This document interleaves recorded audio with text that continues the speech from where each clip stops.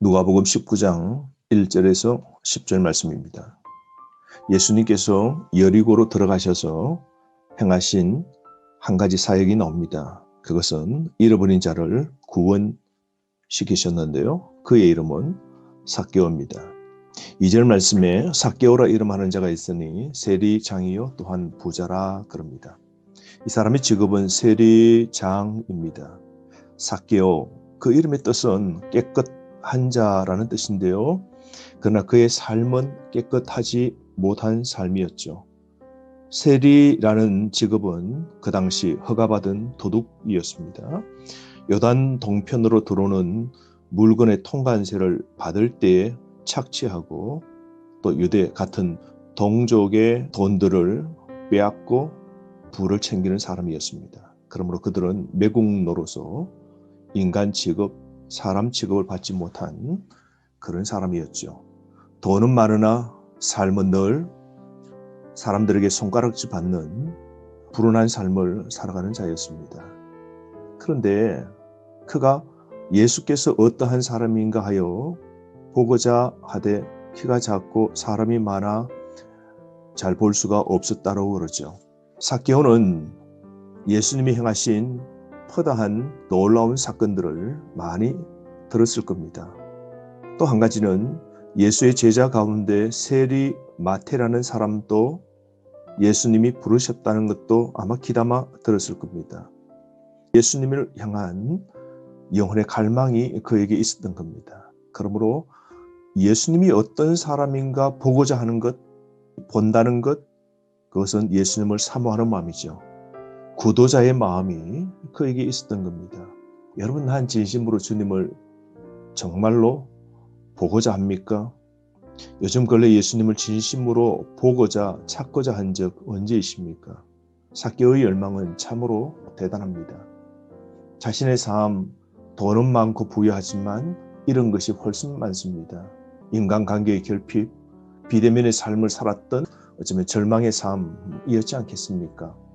죄인 취급받는 그런 사람이었죠. 외로움과 공허, 삶의 불만족, 혼란과 불안이 그 마음속에 늘 맴돌고 있었을 겁니다. 돈으로 채울 수 없는 영혼의 빈 구석과 목마름이 그에게 있었지 않겠습니까? 이런 삭개오가 예수님을 보기 위하여 앞으로 달려갑니다. 4절, 보기 위하여 돌 무화과 나무에 올라가게 됩니다. 이 돌 무화과 나무, 이름의 뜻은 회복이라는 거죠. 그러고 보면 회복되지 못한 절망의 삶을 사는 삭개오가 회복이라는 나무에 올라가게 됩니다. 결국 예수님을 만나서 그 인생이 온전히 회복되지요. 예수님을 갈망합니다. 그 나무에 올라가는 것 보십시오. 열망합니다. 주님을 뵙고자 하는 그 뜨거움이 그 속에 있는 겁니다. 영혼의 굶주림이 그에게 너무너무 많은 거죠. 예수님을 향하여서 자신의 삶을, 모든 걸 걸고 있음을 보게 됩니다. 이런 삭개오의 모습을 예수님께서 정확하게 보셨겠죠. 5절 말씀 보세요. 예수께서 그곳에 이르사 쳐다보시고 이르시되 삭개오야 속히 내려오라. 내가 오늘 내 집에 유하여야 하겠다 말씀하시죠. 5절부터 주어가 바뀝니다. 삭개오가 아닌 예수님입니다. 예수님이 삭개오를 쳐다보셨다. 이 대목 우리가 잘 생각해야 됩니다. 여러분, 삭개오가 예수님을 본 게 아니고 예수님이 삭개오를 주목하여 본 겁니다. 그리고 예수님이 부르시는 것이죠. 깜짝 놀랄 일 아니겠습니까? 보신 그 예수님이 삭개오야 라고 이름을 부르신 것이죠. 내가 너를 안다 라는 뜻이죠. 여러분, 이름은 그 사람의 정체성, 전부가 이름에 담겨 있지 않겠습니까? 이름을 불렀다라는 것은 그 존재를 주님은 이미 알고 계신다는 것이죠. 예수님은 보셨고 그 이름을 부르셨습니다. 지금도 우리를 보시고 우리의 필요를 채워주시고 우리의 이름을 부르시고 계심을 기억하십시오. 날 창조하신 주님은 내 이름을 아십니다. 내 존재를 아신다고요. 그러므로 여러분, 내 삶을 풍성하게 채우고 내 삶을 바르게 할 수 있는 분 주님이시죠. 삭개오가 이 주님의 부르심 앞에 얼마나 놀랐겠습니까? 주님이 삭개오를 초청합니다. 내가 오늘 내 집에 유하여야 하겠다. 삭개오가 초청한 게 아니라 예수님의 초대에 삭개오가 응답하는 것 보십시오. 참 놀랍지 않습니까?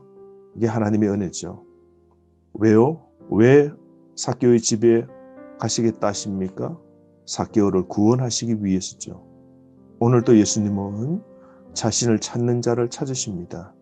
자신을 갈망하고 자신을 전적으로 전심으로 찾는 자를 주님은 보시고 이름을 불러주시고 응답해 주시는 것이죠. 예수님의 부르심 앞에 삭개오는 즉각적으로 반응합니다. 6절 급히 내려와 즉시 순종했다는 것이죠. 즐거워하며 예수님을 영접했다라고 합니다. 삭개오의 순종하는 모습 보십시오. 그는 기뻐합니다. 그는 기꺼이 주님을 영접합니다.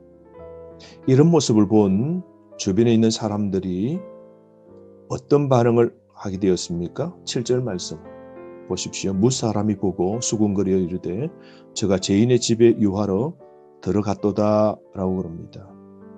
무사람, 여러 사람인 것 같지만 원어를 보면 마을에 있는 모든 사람을 나타냅니다.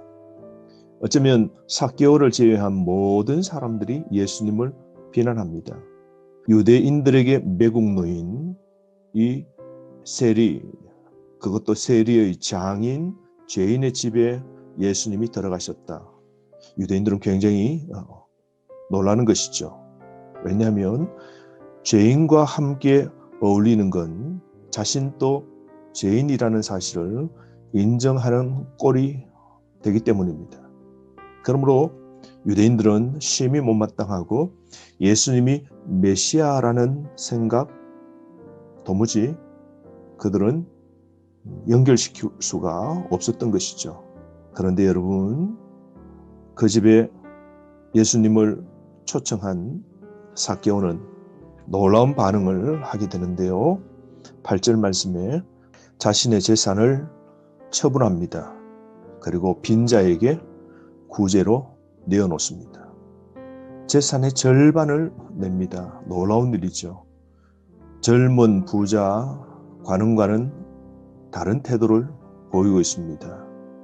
그는 재산의 절반을 내고 또 속여 빼앗은 것이 있다면 내 갑절로 갚겠다라고 그럽니다.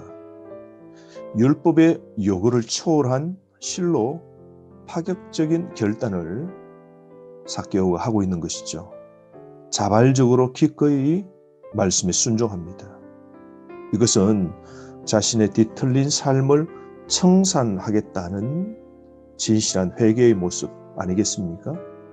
철저히 회개한 후에 바른 열매 맺는 삶을 살고자 하는 모습을 볼 수 있습니다.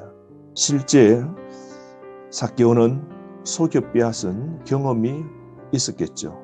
그래서 속여 빼앗은 그 모든 일은 내 갑절로 갚겠다라고 바로 그 자리에서 선언하고 있는 것이죠.